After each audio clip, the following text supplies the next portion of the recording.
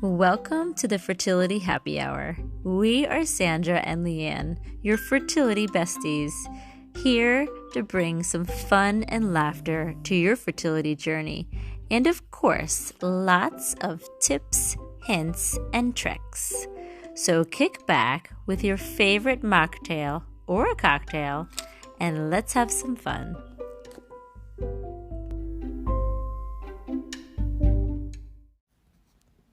Hi friends, thanks for joining us again. In this episode, we're going to go over something that we see a lot of our clients kind of doing subconsciously, and that's sabotaging their baby making with their partner. So sit back, listen, and enjoy. Okay. Hello, ladies. Greetings from Hey there. Reinvented Fertility. We are Sandra and Leanne once again, here to bring you lots of insight on your fertility journey. One that we actually have experienced just recently with a client that we'd like to bring into the light. We have a lot of info to shed. I mean, there's just so much involved when these women come to us, and there's it's not just a fertility treatment, and I feel like there's probably so many women that go through this, right? And it's good to kind of shed light on it and talk it out. Yeah. Because it probably happens to a lot of people. Yeah. So mainly we see it a lot with our clients. I also see it in like a lot of Facebook groups that are women that are struggling with their partners, whether it be their boyfriend or fiance, whoever they're trying to have a baby with, and they're kind of faced with resistance from him. And we think that honestly, we can shift the way that we behave in this realm to increase or decrease, I should say, stop sabotaging your success with basically getting him on board or getting him more on your page with trying to conceive. Well, not even just trying to conceive, but just stop sabotaging the whole relationship, right? Because it really, should we give them a background on our client? So, of course, we're not going to name names, and we both are very fond of this client. We actually really do like her a lot. But she, you can tell that there's some issues going on. They got engaged very quickly, and she's nearing 40, so she just really wants to have kids. And I think, that was the draw for both of them, wanting to get engaged quickly because they both want to have kids. So in her mind, it's a race against the clock, we're engaged, we're going to get married in a couple months. Boom, I'm going to get pregnant. We're doing all this right now. Right. And I think he was on board at first. Yeah. But it sounds like he's kind of taking a couple steps back. Yeah. And I think what happens is there's a shift. Initially it's let's try and have a baby. But then as it doesn't happen immediately, the woman becomes very high anxiety about it, and it becomes their main focus, which then the only focus, then is the problem. Yeah. Yeah. So with her, it just, you can tell that this poor guy probably doesn't feel like he means anything to her other than his sperm, meeting with her egg. So, and I kind of said to her, I was like, take it from me. Men do not like to be pressured, and they do, just like women though too, they want to feel like they're desired right now. The only thing that he thinks that you desire is to have a baby. Yeah. And there's nothing, there's no reason for him to really be there other than to just give you his sperm. Right. And I think it's just, I haven't asked her straight out, are you guys doing anything fun? But I did at our last session. I said, this is your homework. I want you to plan a romantic date, a fun date, plan a weekend away, something where you don't talk about the wedding, or I guess you could talk about the wedding. That's not bad, but you don't talk about getting pregnant. Or the whole purpose of having sex is only to procreate. That's That's not a good feeling. He's not gonna feel, he's gonna feel that, first of all. And it's not something that he's gonna dive into. Like men, like you said, men, they like their ego stroked. They want to feel like they are irresistible and they are loved and they're irreplaceable. And they're not there just for their sperm, because technically you can get sperm from anywhere. So they want to feel like they offer something to you specifically. And if it's fun, so you have to kind of shift, like, and like you said, make the intent of sex more about feelings and energy and your love for that person. I mean, instead of, the means to an end. Because they feel that, they know it, and it will cause resistance, and it will cause a lot of pull away. Even with someone that, I was married to my husband for a long time. Well, I shouldn't say that. I was not married to my husband for a long time before we started trying. But I know, like, even when you're trying and you're when you're ovulating, like, even just letting him know, hey, I'm ovulating, this is why we're having sex. Like, that doesn't work. That doesn't work.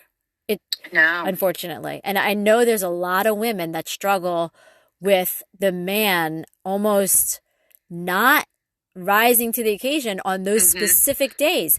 And it's because they feel pressure, and they know, like, we're doing this for one reason, and that does not feel good for them. No, that is a lot of pressure, because then they feel like if they don't perform well, then, it makes them feel less of a man, Right. So, I mean, it's just, it goes back to, everything that we kind of do stress about to our clients is, you just have to have fun, no matter where you are in this journey of fertility or in your life.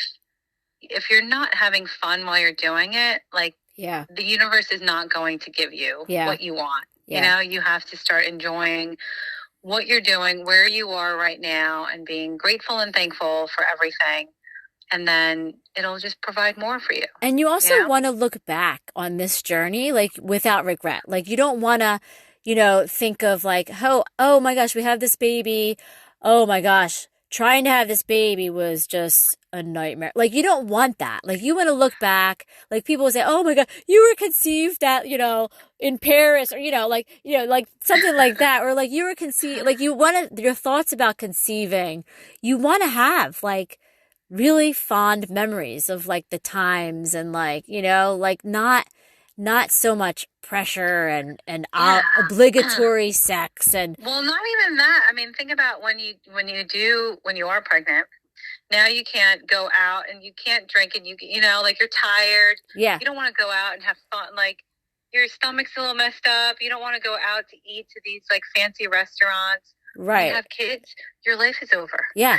Like, it pretty much is. So take advantage now. You're a slave to them. You're a slave to them. Yeah. Their schedules and everything else. So, like, you're not going to have as much time with your significant other. You're not going to feel sexy. You're going to lose your, the sex appeal goes away. That all. Sure you want to get pregnant? This is it. This is your time to shine. Like, this is it. Your time to shine. It doesn't get any sexier than this right now. So turn it on. Turn it on. And don't make it a job. Make it fun. Right. Don't make it so much about making a baby. No. Like, you have to shift the focus on something else.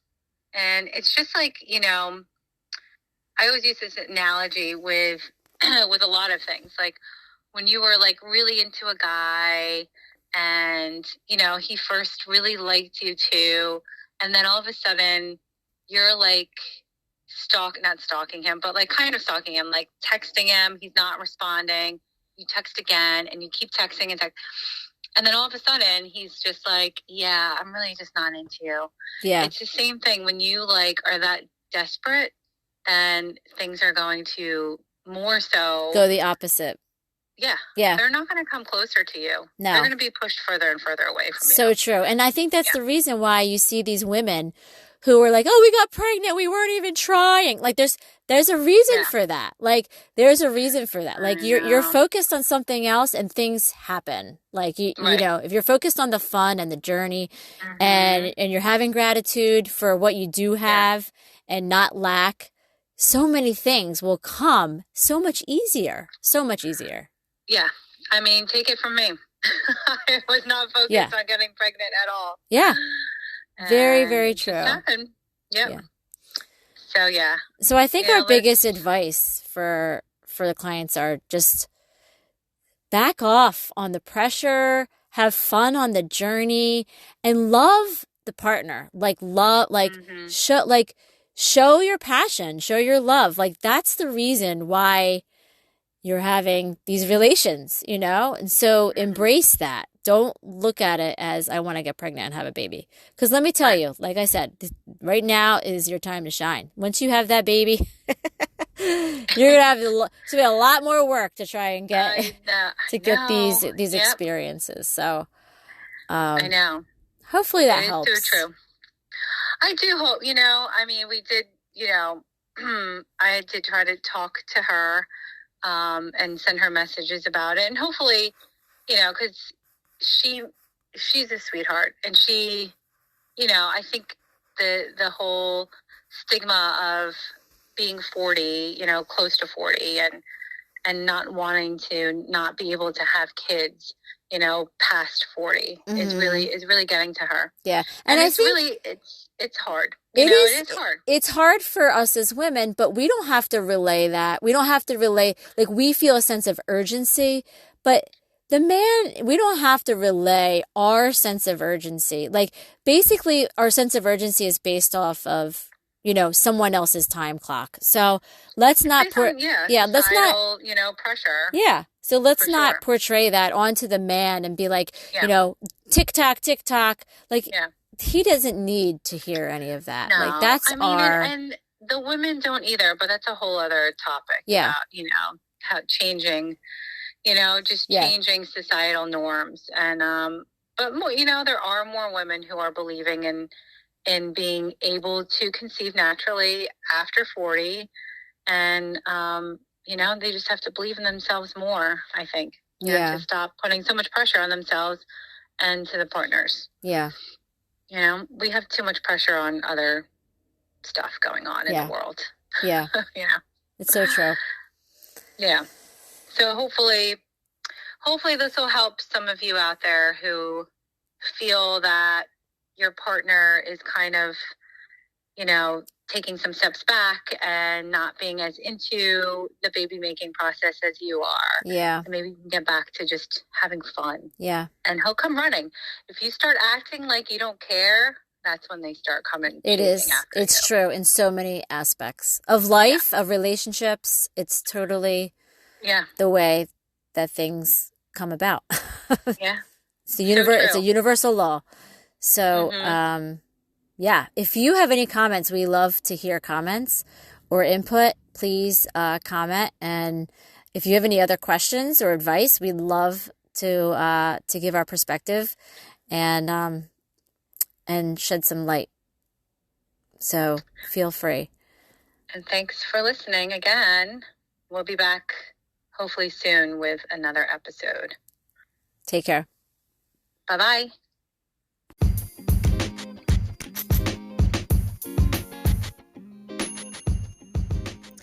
We hope you learned something from this episode. Thanks again for tuning in.